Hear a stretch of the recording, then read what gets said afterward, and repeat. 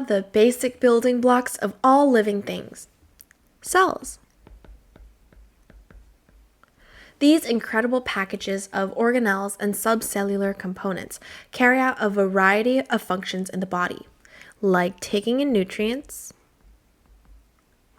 converting them into energy, and working with other cells to produce things that the body needs. Each cell is essentially like its own little mini factory, with complex processes occurring within the cell to carry out specific functions. Okay, so when we zoom into the cell to figure out how exactly these cell processes are carried out, one of the star players is a class of biological macromolecules known as proteins. Proteins carry out many incredibly important tasks in the cell, such as providing structural support, aiding in chemical reactions, and even building or repairing the cell. We can imagine proteins as a chain of amino acids. Kind of think of them as like beads on a bracelet that fold and twist into distinct three-dimensional shapes.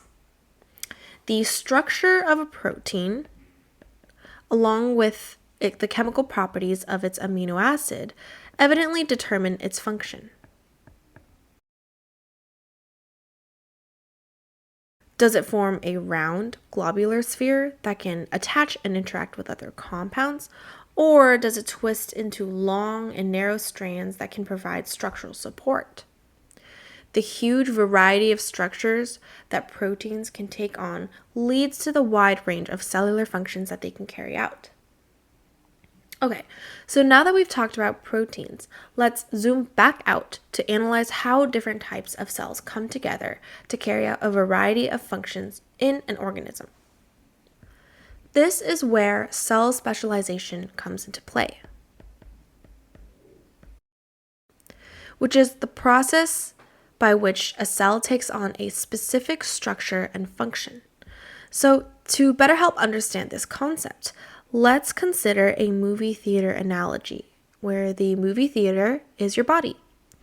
There is the cashier that handles all the money, the snack vendor who handles out popcorn and snacks, and even the ticket operator who directs you to the proper screenings.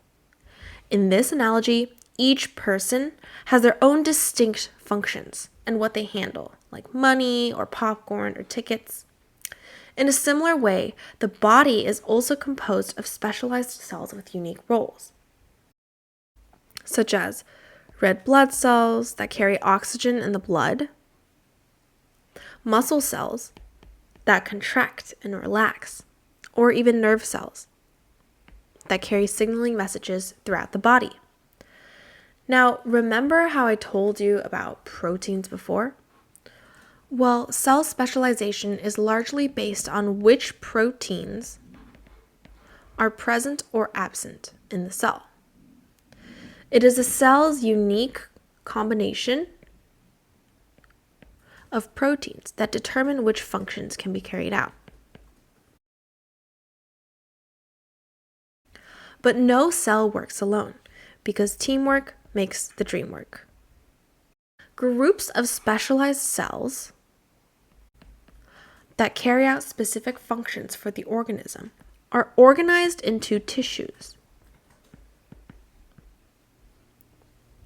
Looking back at our movie theater analogy, there are multiple people within each department that work together to help the theater function efficiently.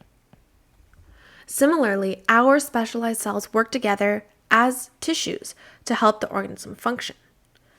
The red blood cells make up the blood, a connective tissue that moves important substances throughout the body. The muscle cells help make up muscle tissue, which helps the body move, and neurons or nerve cells make up nervous tissue that helps the organism process information. So, what are the key takeaways about cell specialization? Number 1, cells are the fundamental unit of life. they're the smallest structural and functional unit of an organism. Number 2, proteins help carry out cell processes.